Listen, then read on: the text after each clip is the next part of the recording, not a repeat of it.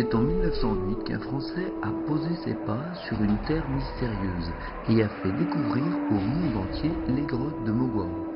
110 ans plus tard, un autre Français a débarqué sur cette même terre à la recherche de cet art rupestre qui est maintenant protégé et préservé pour perpétuer plus de 2000 ans d'histoire. Je m'appelle Philippe Furic, j'ai 48 ans, je vis en Chine depuis une dizaine d'années. C'est la première fois que je viens visiter les grottes de Mogoao dans la ville de Donghua.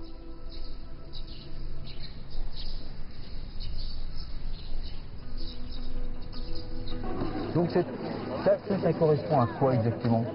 Ça correspond à la photo ici? Oui, c'est la copie de la photo de Paul Pétiot en 1908. C'est le symbole des grottes de Mogoao. La restauration, ça se passe comment?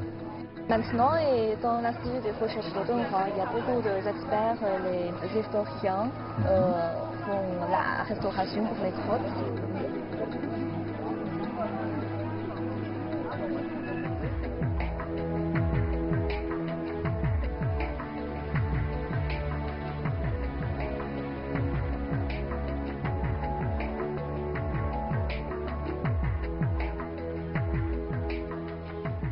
Et le fait qu'on ait eu la chance, une chance qui pour moi est énorme, de se retrouver sur l'échafaudage, avoir la chance de monter et de voir vraiment comment le travail de reconstitution a été fait, parce que c'est un boulot de fou, quelque part, un travail de fourmi, et d'avoir cette chance de se retrouver vraiment nez à nez avec le Bouddha, c'est vrai que même si on n'est pas religieux, il y a quand même quelque chose de magique. C'est difficile à définir, mais c'est de l'ordre du magique.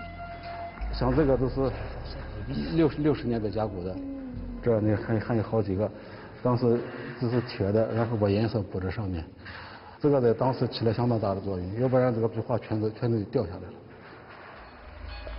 Ce qui est spectaculaire, c'est qu'ils n'ont pas voulu refaire les choses, ils n'ont pas voulu repeindre, on va dire, essayer de copier quelque chose qui serait. Ils essayent de conserver comme c'est en l'état, et surtout d'éviter que ça s'abîme. Donc c'est l'avantage, c'est pas de quelque chose qui a été recréé. Là, on tombe dans le réel et avec les histoires.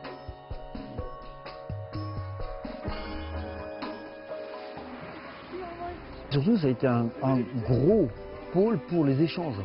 C'est ça qui est intéressant quand on voit la montée du bouddhisme qui est passé par là et qui a vraiment marqué les gens, les familles, les gens de manière interne, vraiment de leurs sentiments. Le fait d'avoir participé à ce voyage, c'est déjà quelque chose.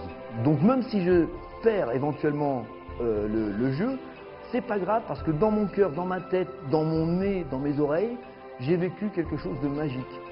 C'est la magie de ce pays avec cette diversité et surtout être dans cette zone qui est quand même riche en émotions, qui a été riche en transport, riche en monuments et riche aussi par les mélanges de cultures qui existent ici. La nouvelle route de la soie, c'est vrai que c'est quelque chose pour moi qui est énorme, parce que le projet est énorme. Mais je pense qu'il est à l'échelle de ce qu'était la route de la soie à l'époque.